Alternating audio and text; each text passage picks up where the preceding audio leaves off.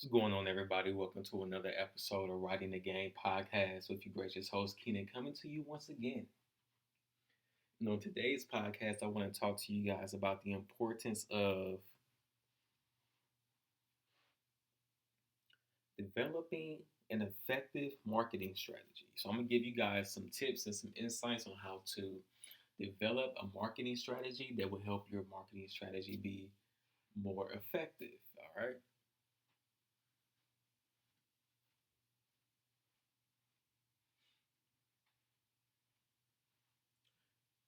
So, the first thing I want to give you guys is when developing your content marketing strategy, you need to understand who you are creating content for. So, you would think about the problem that you're solving, you think about your industry, you think about your product and your service and the problem that you are solving. Do you sell motorcycle brakes to biker guys, to guys who are into that Harley Davidson type of lifestyle? They like Harleys.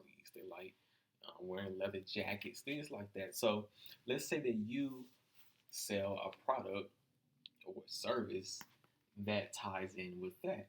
But let's say that the issue that they have been having was a certain type of experience with their bike. But you, with your product solves that issue, right?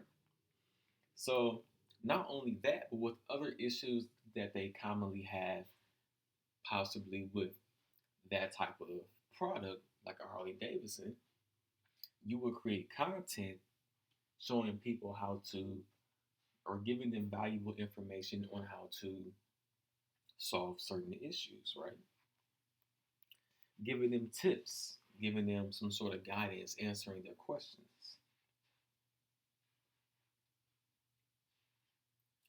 So you have to understand when creating your content marketing strategy who you're creating your content for. Also, you want to understand that longer in-depth content gets more links than short, shallow content.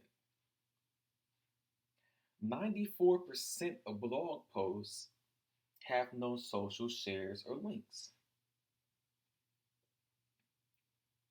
So make sure that when you're creating content, or let's say that you're writing articles for Google, about 2,000 words, including keywords, including key concepts, including keywords and concepts and ideas in those articles that help target people's search intent.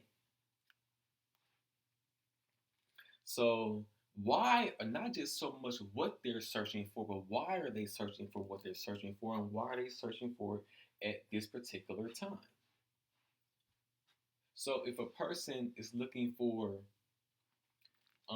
parts or maybe accessories for the Harley Davidson, why are they looking for accessories for their Harley Davidson? See, a lot of times when you get down to the issue with customers, it's based into an emotional reason. So let's say that a guy wanted to add an accessory to his bike, but the real reason he wants to add the accessory to his bike is because he met an attractive young lady that he's interested in. So now he wants to kind of add a little bit more shine, a little bit more sparkle, a little bit more spark to his bike, to his lifestyle.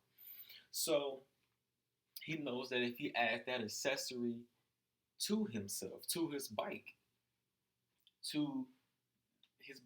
Harley, that maybe when he is riding around with a girl on the back, he loves the way he feels. He feels like he's the man when he's riding that bike and has that particular accessory on the bike because he knows that his bike is killing every other bike on the highway.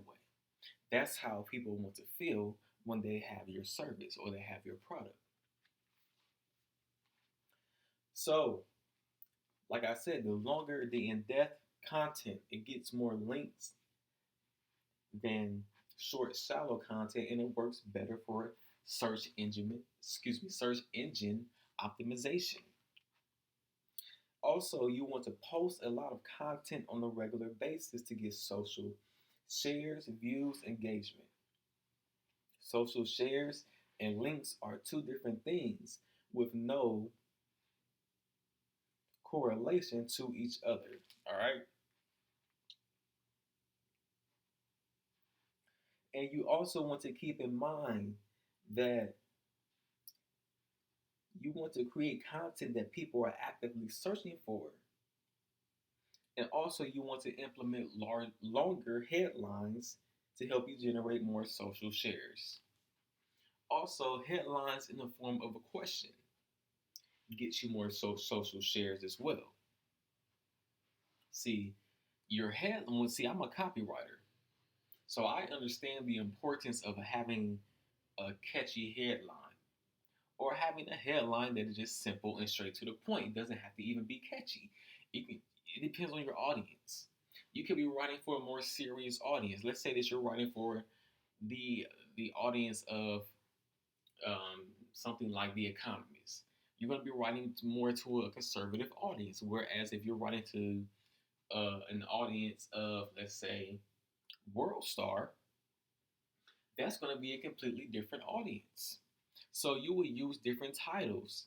You would use different different words, different power words, different titles, different emotionally stimulating words that catch their attention and to get them interested into the article or the video.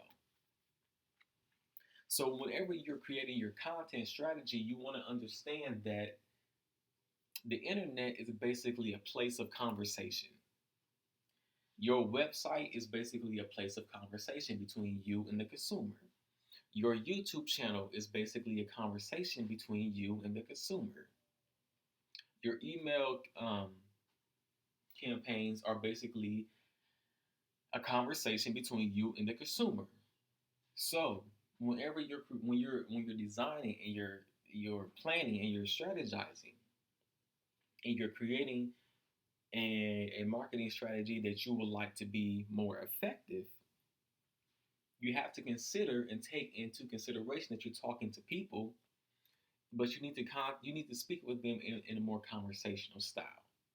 People want the information that they want. They want it right away. They want to be able to grab and go. They want to be able to come in, grab the information that's needed, and go on to the next thing that they need to do efficiently, effectively, quickly, in a reasonable amount of time. If you're able to help them do that and accomplish that goal, that makes you stand out as well to them. So keep that into consideration and keep it in mind. I just wanted to come in, give you guys some insights on how to develop an effectively dynamic marketing strategy. Don't forget to follow me on Instagram and also check out the link to my website in the description. You guys have a wonderful day.